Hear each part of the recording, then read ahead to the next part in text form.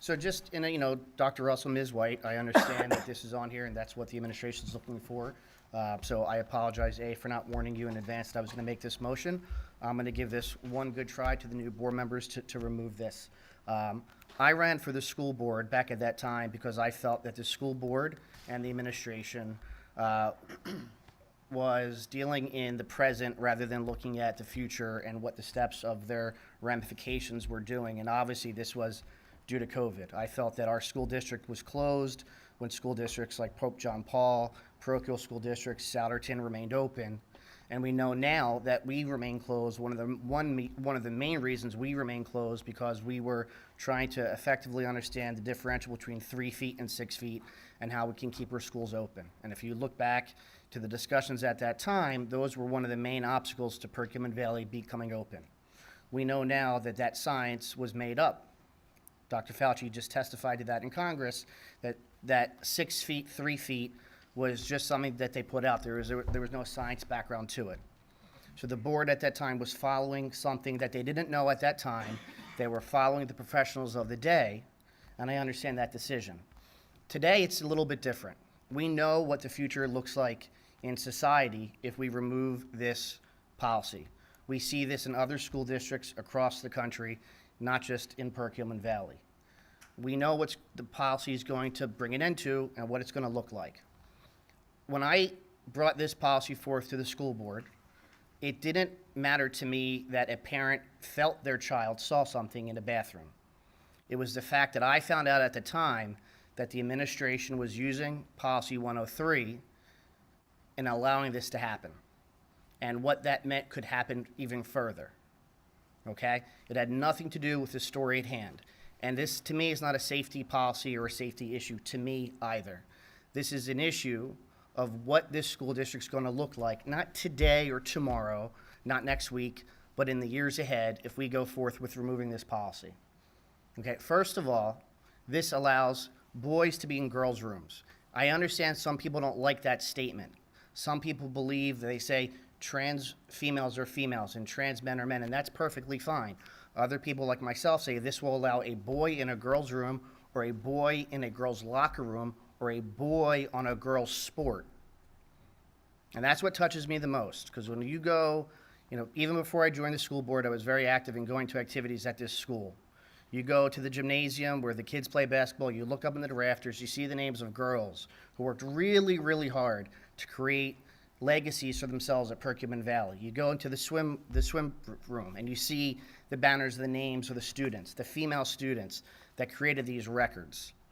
And what we're going to do is put forth, by the removal of this policy, it will put forth in motion, very similar to what Dr. Wesson stated, we will be allowing our students in PIAA, if our principal decides, for boys to play girls' sports.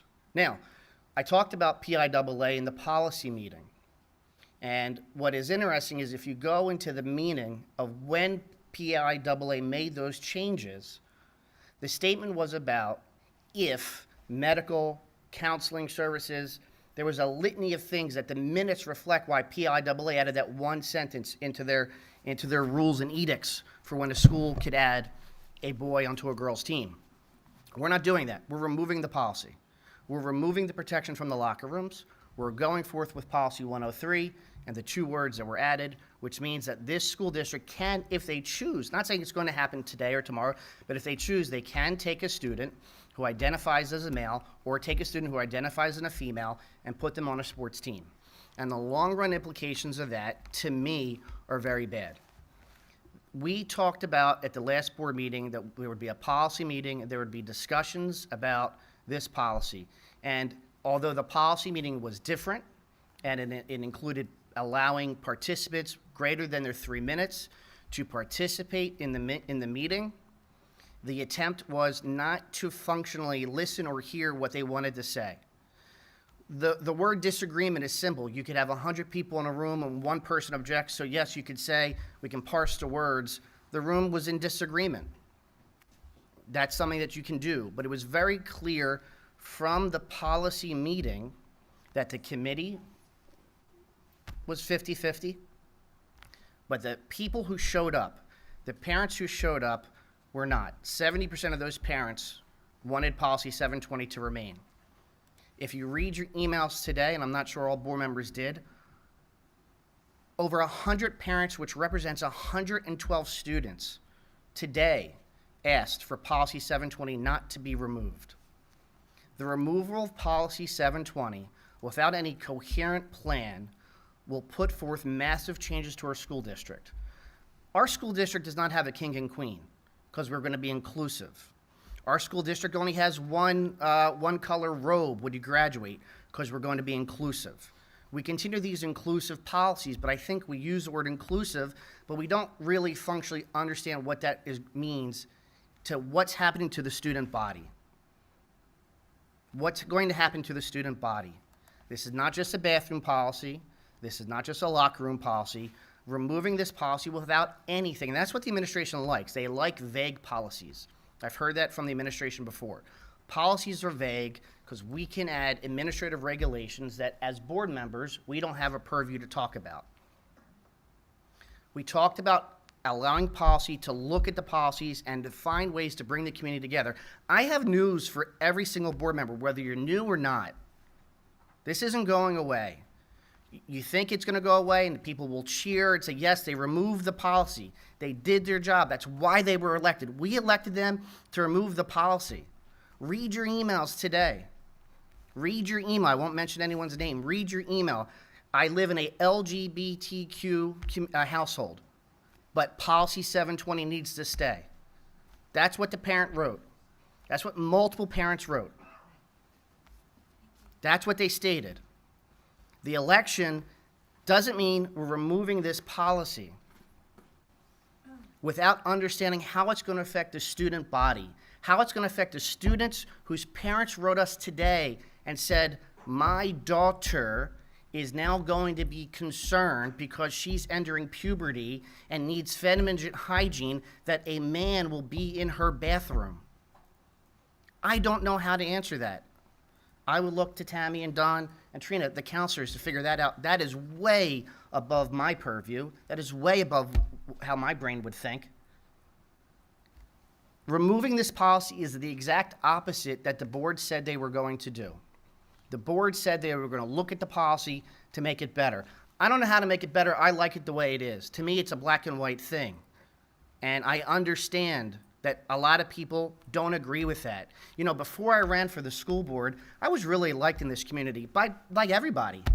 And then you run for the school board and you find out 45% of the people like you, 45% of the people hate you, and another 5% just want to, call your house and ring your doorbell all day long just to bother you. But that's what comes with being on the board. We are not going to please everybody. We remove the policy, it's great. We please some people. We keep the policy, it's great. We still pissed off some people. This is a hard decision because it's a social issue, not an educational issue. But now it's becoming an economic issue because we heard at the policy meeting that we're going to have a feasibility study to look at having inclusive bathrooms and locker rooms and showers. Millions and millions of dollars. And the law is all over the place. Again, this is not our issue. This is not our fault. Our state legislature, our federal legislature, the Supreme Court had an opportunity to take the case and put an end to it right then and there. They could have done it, but they didn't because it's an election year. So they chose not to. There's always a reason why someone higher than us decides we don't want to deal with this. Some courts have said schools have this right. Some courts have said schools don't have this right. It's back and forth. But what's different here than in other schools is we have singular use bathrooms. We could say, I understand how you feel, but you don't have access to that locker room. You have access to this locker room. The administration has told us that kids don't get changed for gym. And that's just malarkey. Kids go swimming in this school. They have to get changed for swimming. I don't see them at the bus stop in swim gear, so they have to get changed. And think about it. We just got an email last week about kids going shirtless while they're swimming. Well, we'll have to be inclusive. No boys can go shirtless while they swim. No boys who run track can go shirtless when they're running track outside. Can't do it because that's not inclusive. Because then when we have a trans female student when we have a trans male student, we have to figure out how they feel happy. We're always trying to be inclusive to everybody, but at what point do we stop and say we're going to be inclusive to the best of our ability that doesn't affect the entire apple cart? We're not going to break any laws. We're not going to defame anybody. We're not going to make anyone feel bad, but we cannot just continue to capitulate to please one group of students. That's not fair to the whole group of students. We remove the policy, the school district will look different 10 years from now, and not in a way that will make a lot of people happy. Forget about all the awards and all the trophies that the girls have won, because it's going to be a different feeling, and you're going to get the opposite approach. Well, I don't think my son made the men's basketball team because he's a trans student, and I want to sue the school for that. It's always going to be something. If you want to do the work, but don't retire the policy. Retiring the policy is the easiest way out, and it's going to set forth in motion pain to our student body because we're not looking. We're doing the same thing the school board did years ago with COVID. We're not looking at the future. We're just looking at the now. We're so afraid of what we don't know what we're trying to be afraid of. Mr. Seller, thank you. I appreciate your continued advocacy and passion around this and many, many issues, right? I think my biggest takeaway, I had several, but my biggest takeaway is that you contend by retiring this policy, it will be a disruption to the process and the ability for the school district to function. That's not what you said. That's not what I said. Okay, can you then reiterate what you said about what will happen if the policy is retired? You said it's the easiest way out. The policy retires. It gives the administration the right to tell a student they have access to the girls' locker room. It gives the administration the right to tell a student they can play on a girls' sports team. I could replay what I just said for the past 7 minutes, but I didn't write it down. I wanted to speak from the heart today. And you did, and you absolutely did. But my takeaway and what I heard was, in addition to those actual tangible things that will happen with the retiring of the policy, regardless of the AR for an administration's role, what you've said is that it's going to disrupt and upset. Yes, correct. Student body. Disrupt the apple cart. So correct. what happened when the policy was introduced without consensus from the policy committee in October and voted on? So we did have consensus from the policy. Don Fountain ran that meeting. I was unavailable. I printed out the minutes. Well, the minutes are always, dictated as they are. But these minutes, you Yeah. were president, so you would have approved these minutes to be put forward as a record. And I do think that they do reflect what happened, because I sat in that meeting. I did not run that meeting, so what I Correct, did was Don I did. took the minutes from Dr. Russell, sent it to Don, and asked Don to approve it. He said that's what happened. I said yes. Okay, so Don, Mr. Fountain, I'm sorry. Do you feel as though, I don't know, I don't want to put you on the spot because you don't have them in front of you, but at the time, you felt like these minutes were reflective. So the takeaway here is that Mr. Fountain's recommendation and committee consensus was to send the current language in 720 to the administration to develop language representative of the proposed compromise in a policy or administrative regulation. The proposed compromise involves the creation of non-binary or gender-aligned restrooms along with biological sex-aligned restrooms. Both types are multi-use in the high school. The committee also recommended input be sought from students, parents, and administration. So that was during the September 19th, I believe. I wrote it down and now. So my question is, why was that process not allowed to play out? Why did it come to the board in October for a hard and fast vote to implement 720? I'll take answer that one for you. At the end of that meeting and during the time after that meeting, I was looking to see, hopefully, something brought back to the board because of the general atmosphere in the district and how volatile it happened to be at the time. It was not ready to come back to the board, which meant that we would have had at least another month before anything would have been done. At that point is when I chose to look at another option. Which was just to put the policy in place. No, this is not the policy that was originally proposed. And that's understood. And but the that language is- in the policy as it stands today was not developed by the policy committee or administration. No, it was proposed based on the policy that had been originally put forth in front of the board, with the modifications and changes that would be inclusive for all students, Right. not just one particular group, but all students. And so I showed up to that meeting on the 19th, I think it was, in September, when you ran that meeting, with red lines to policy 720 as you had revised it with Mr. Dorr at the time. And there was no conversation. No, that happened afterwards. That was afterwards. I'm sorry? That happened afterwards. Mr. Dort, Mr. Fountain revised the policy after the policy meeting and presented it to the full board.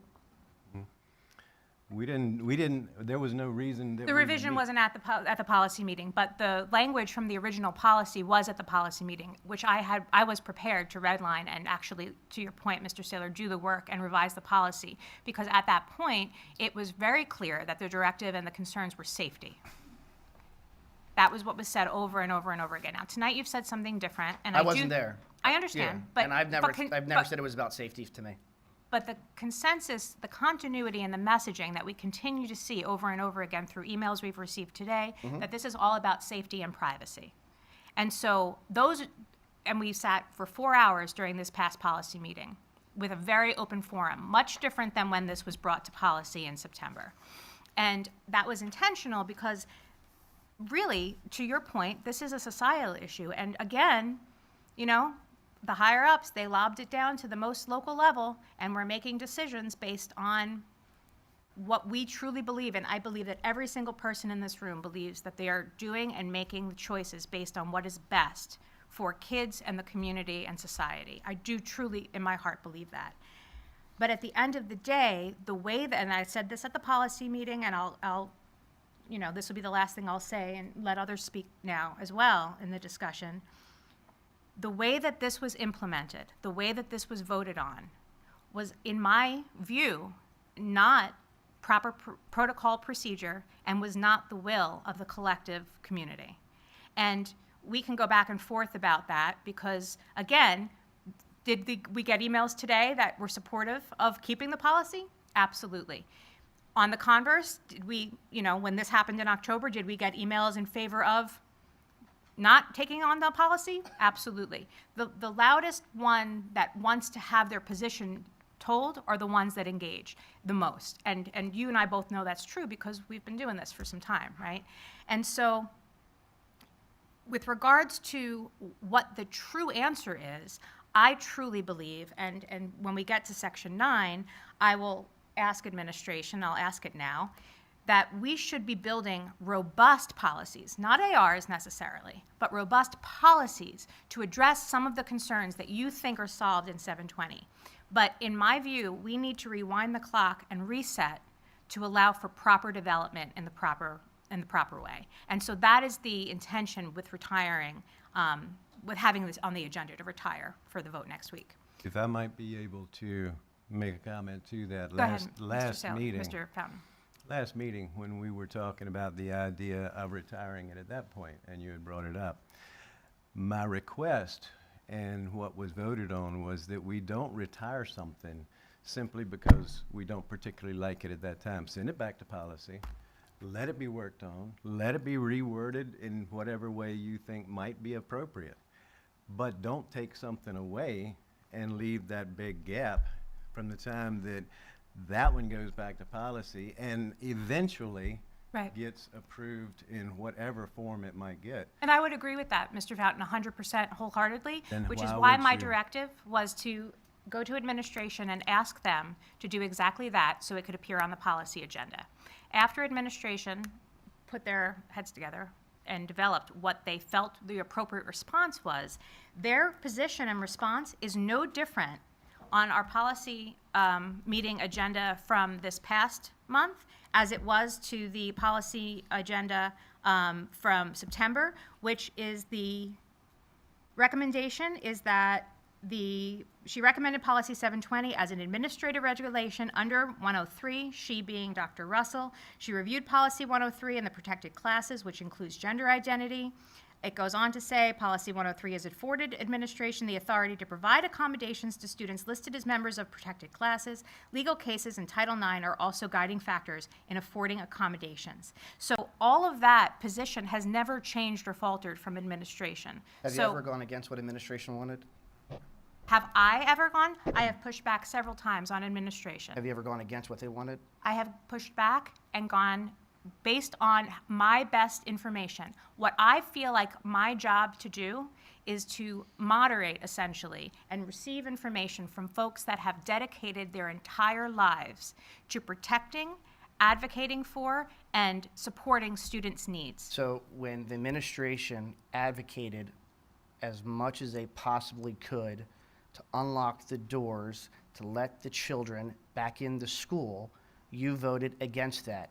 And now you're criticizing Don, Rowan, and myself. I'm not criticizing Because we're just your trying position. to protect the student body and ensure that our girls Respectfully, don't Mr. get Fountain, what Mr. Saylor. don't get wiped out.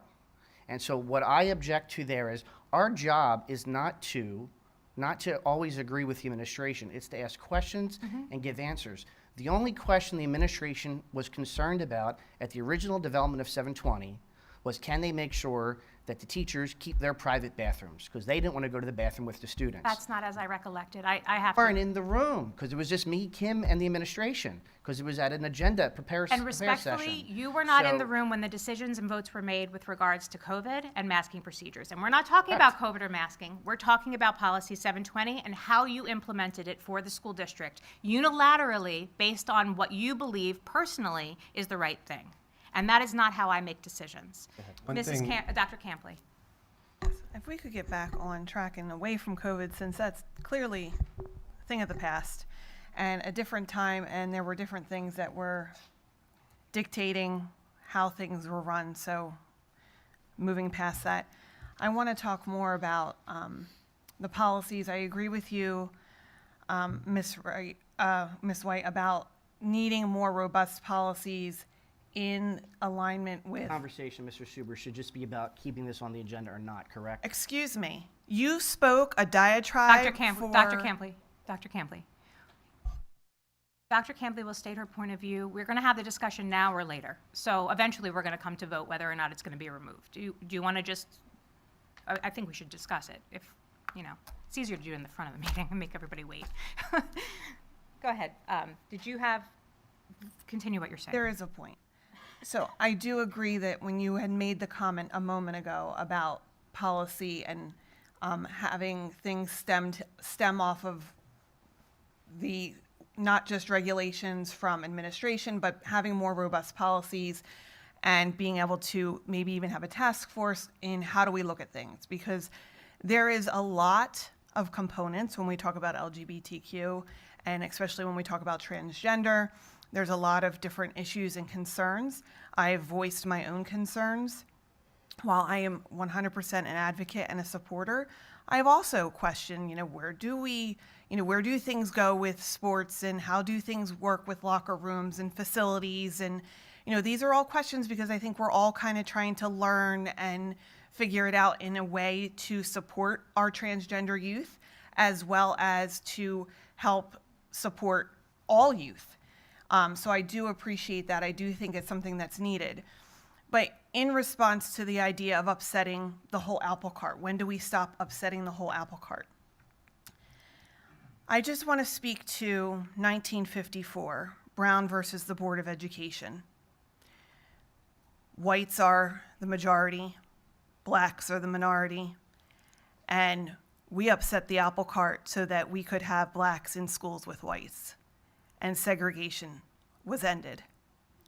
And after that, that started the process for Public Law 94-142, where at one point, students who drooled and were considered retarded were deemed uneducable and were not allowed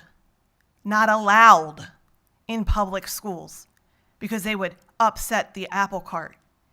And we went and we made laws to bring them into schools so that we could educate them. We are majority in this neighborhood of Christians, yet We have days off for Jewish holidays. We upset the apple cart. We have off for Diwali now, and we upset the apple cart. Why do we upset the apple cart? Because it's the right thing to do. It's the right thing to do to be inclusive of all individuals and to find a way to coexist. And by sitting here and saying that we can do that for Brown versus the Board of Education, for students with special education needs, for somebody with different religious backgrounds, but yet we can't do it for our transgender youth, to me, that's hypocrisy at its finest. We need to work together to support our students, every single one. And no, we're not going to agree on everything.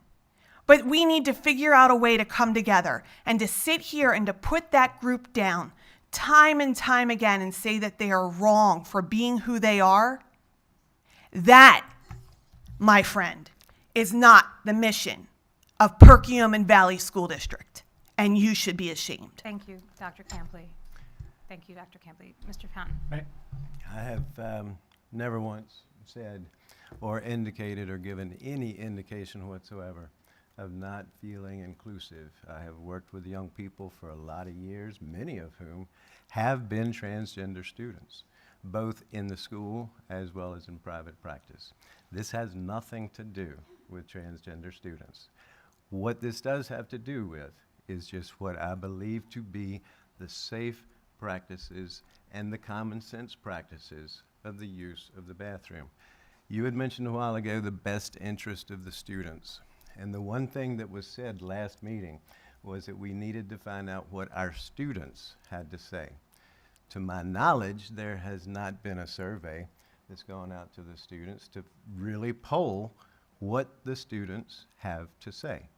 There's probably been questions asked of a few, and I would imagine that you guys have talked about it, and I'd love to hear your input on it as well. But I don't know of anything where the students as a whole have been asked what their view is on this and how do they want to see us as the adults leading the district to proceed.